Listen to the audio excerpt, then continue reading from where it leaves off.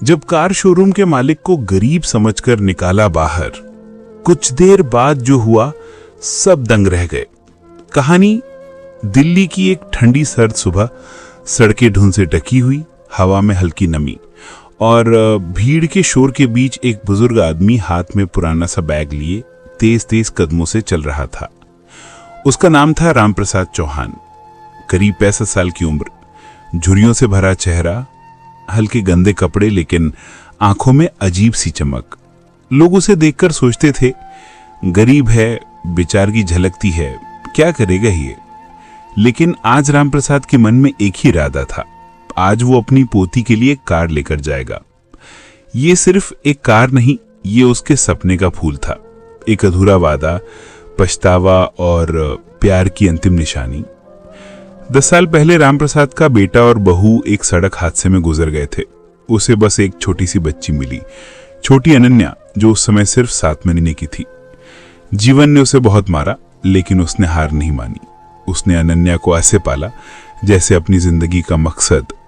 अनन्या बड़ी हुई, पढ़ी, टॉपर बनी और आज उसकी जॉब लगी थी।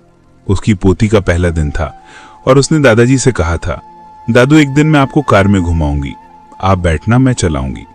उस दिन दादू ने मुस्कुरा कर कहा था, पहली कार दादू ही दिलवाएंगी बिटिया, वादा रहा। आज वही वादा पूरा करने का दिन था।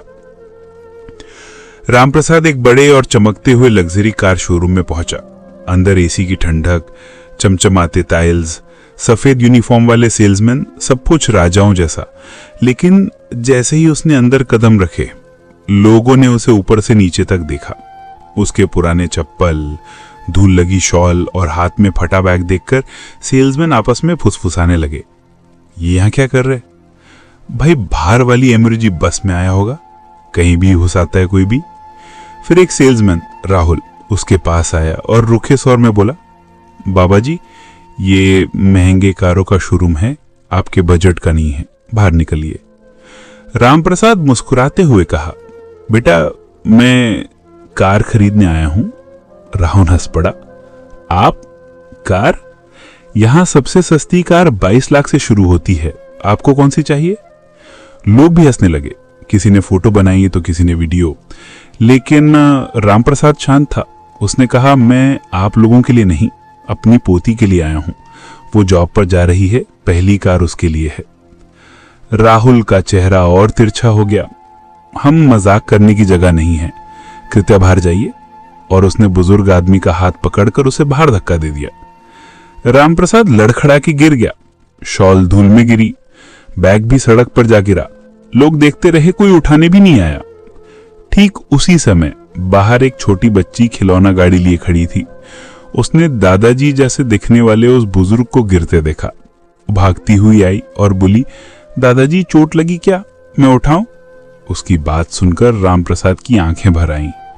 उसे इंसान नहीं, एक छोटी बच्ची ने इंसान समझा। वो बोला, नहीं बेटा, मैं ठीक हूं। लेकिन उसकी आवाज कांप रही थी। ठीक 15 मिनट बाद शोरूम के बाहर काला रंग का BMW 7 सीरीज आकर रुका। ड्राइवर बाहर निकला, पीछे का दरवाजा खोला। शोरूम का मैनेजर चौंक पड़ा, अरे ये तो शहर के सबसे बड़े इंडस्ट्रियलिस्ट का ड्राइवर है। ड्राइवर सम्मान से झुककर बोला, सर हम आपके चेयरमैन मिस्टर RP चौहान को लेने आए थे। वो यहां अंदर कार देखने आए थे, लेकिन लगता है स्टाफ ने उन्हें पहचान नहीं पाया। शोरूम का पूरा स्टाफ सन्न रह गया। चेयरमैन RP चौहान, शहर के सबसे बड़े कार पार्ट्स निर्माण ग्रुप के मालिक, जो 5 कंपनियों के मालिक हैं, जो हर साल करोड़ों की डोनेशन देते हैं, वो वही आदमी था। राहुल वहीं खड़ा रह गया, पसीने से भीगे हुए माथे के साथ। ड्राइवर भागते हुए गया और धूल झाड़ते हुए बोला, सर क्या हुआ, आप गिर कैसे गए? शोरूम के लोग बाहर दौड़े। रामप्रसाद शांत खड़ा था। उसके अंदर कोई गुस्सा नहीं था, बस भारी उदासी। मैनेजर ने तुरंत कहा, सर हमसे बहुत बड़ी गलती हो गई, कृपया अंदर आइए, आपको सबसे खास मॉडल दिखाते हैं, आप जो बोलेंगे वैसा होगा। राहुल भी माफी मांगते हुए बोला, सर मैं आपको पहचान नहीं पाया, कृपया मुझे माफ कर दीजिए। लेकिन रामप्रसाद ने उसे रोक दिया। वो बोला, तुम्हें मुझे पहचानने की जरूरत नहीं थी बेटे, तुम्हें बस इंसान को इंसान समझने की जरूरत थी। पूरे शोरूम में सन्नाटा छा गया। रामप्रसाद अंदर गया और बोला, मेरी पोती के लिए कार चाहिए जो सुरक्षित हो, आरामदायक हो और भरोसे लायक हो। मैनेजर ने सबसे महंगी कार आगे कर दी। सर, ये 78 लाख है। रामप्रसाद मुस्कुराया। ठीक है, इसे पैक कर दो। सभी तंग रह गए। कैश काउंटर पर जाकर उसने बैग खोला और उसमें एक एक पुरानी गड्डी रखी। सारा भुगतान नकद में किया।